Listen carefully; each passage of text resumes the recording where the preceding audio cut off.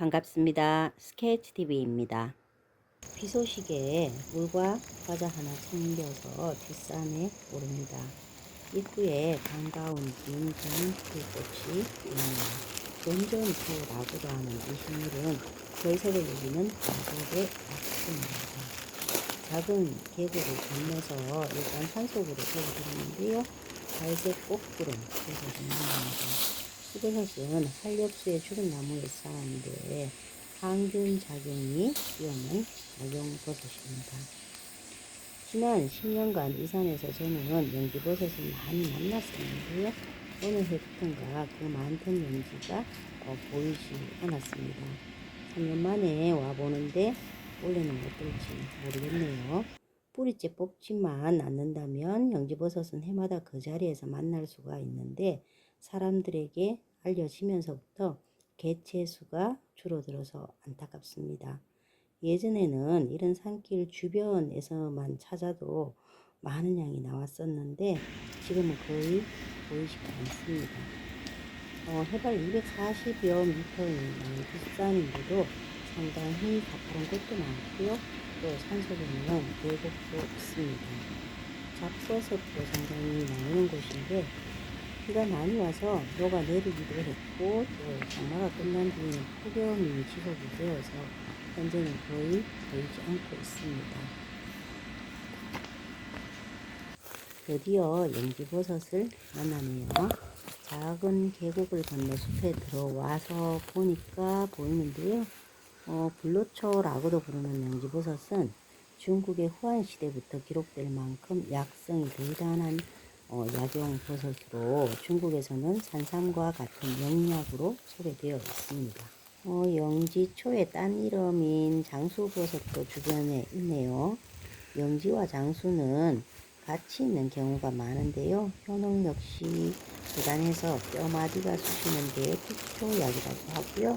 항암작용, 면역력 향상, 바이러스에 대한 저항력도 향상시켜주는 효능이 있어서 아시는 분들은 많이 다려서 먹었죠. 코로나19 때. 또 암세포 종양 억제의 효능도 있다고 합니다. 여기도 장수버섯이 있네요. 먹으면 오래 산다고 해서 장수버섯, 또 빛깔이 여러 해 동안 보존된다고 해서 만년버섯이라고도 부르기도 합니다.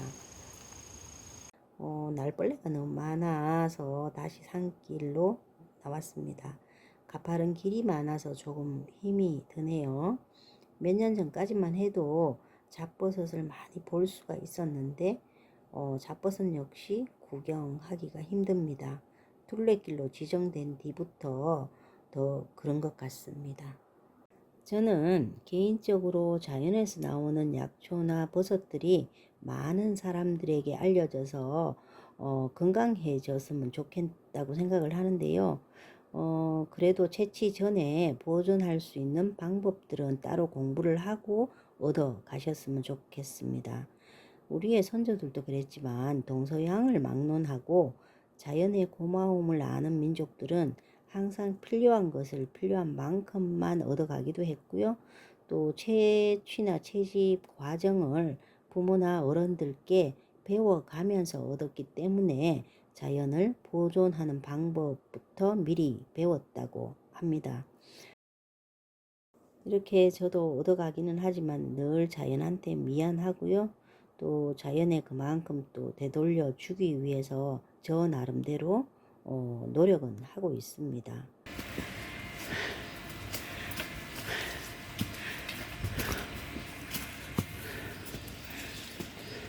능선을 바꾸어 봅니다.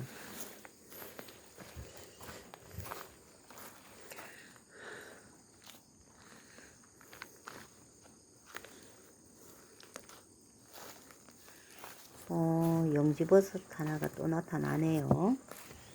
항산화 성분인 베타글루칸과 각종 아미노산 그리고 다당류 성분을 함유하고 있는 영지버섯은 세포 변이를 차단해서 건강한 세포를 유지할 수 있도록 한다고 하죠. 그래서 항암의 효능을 보이고요. 또 혈전을 예방하고 콜레스테롤 수치를 조절해 동맥경화, 고혈압, 심근경색 등 심혈관 예방에 큰 도움을 주고 또 간의 해독 작용이 뛰어나서 간 건강 증진에도 효능을 보인다고 합니다. 그 외 불면증, 면역력 향상, 기관지 건강, 당뇨, 다이어트, 장 건강 등 우리의 건강을 두루두루 챙겨주는 소중한 약용 버섯입니다. 이러한 영지버섯은 서너 번까지 우려 드셔도 좋은데요. 방금주로 보관해서 분리할 때 드셔도 좋다고 합니다. 고사리 종류가 제법 보입니다.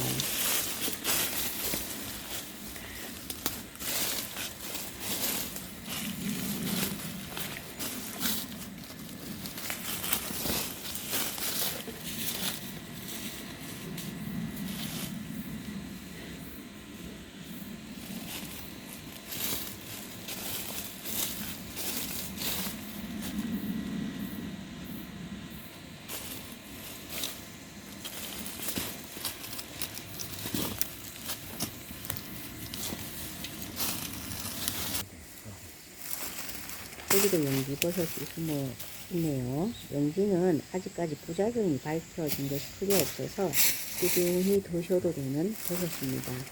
역시 장수버섯도 가까이서 자라고 있고요. 골짜기가 보이시나요?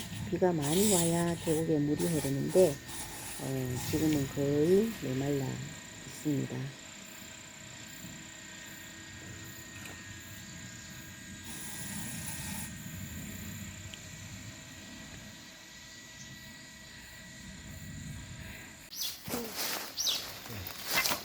다시 영지를 만납니다. 조금 늦게 발생이 되었는지 완전히 성숙하지는 않았네요.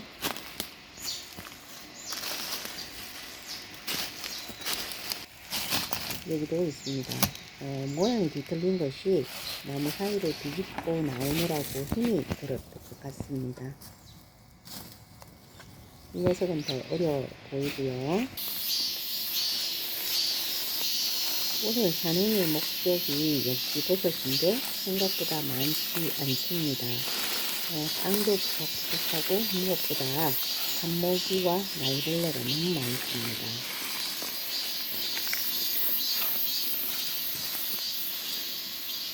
생강나무가 아직 어리네요. 생강나무도 심혈관 개선이나 어혈 제거, 그리고 면역력, 염증 완화 등 다양한 약효를 가진 나무입니다.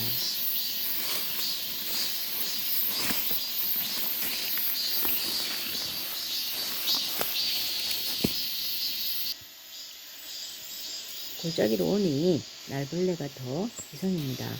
카메라 앞으로 쉴 새 없이 날아다니는데요. 저는 이런 노루들을 만나면 뱀이 나올까봐 신경을 많이 쓰는데 10여 년을 다녀도 이 산에서는 뱀을 한 번도 만난 적이 없어서 그런지 조금은 안심하면서 걷습니다. 그래도 산에서는 당신 건물이죠. 유리짱 나무가 꽃을 피우고 있네요. 취오동이라고도 부르는 이 나무 역시 두통이나 고혈압, 말라리아, 반신불수 등에 좋다고 합니다.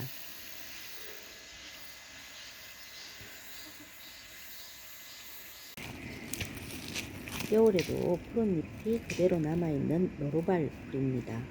늑막염, 혓바늘이 돋았을 때, 또 전도선염, 중치 등 다양한 질환에서 효능을 보이는 약초죠. 작년것과 올해 새로 나온 장수버섯이 한자리에 모여있는 모습입니다.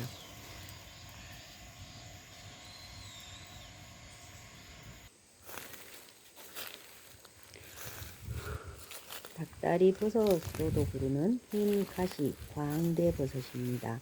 데친 뒤에 우려서 먹으면 쫄깃하고 맛이 있다는데 저는 흰버섯이기도 하고 또 광대버섯 종류를 별로 좋아하지 않기 때문에 항상 구경만 하고 지나치게 되는 버섯입니다.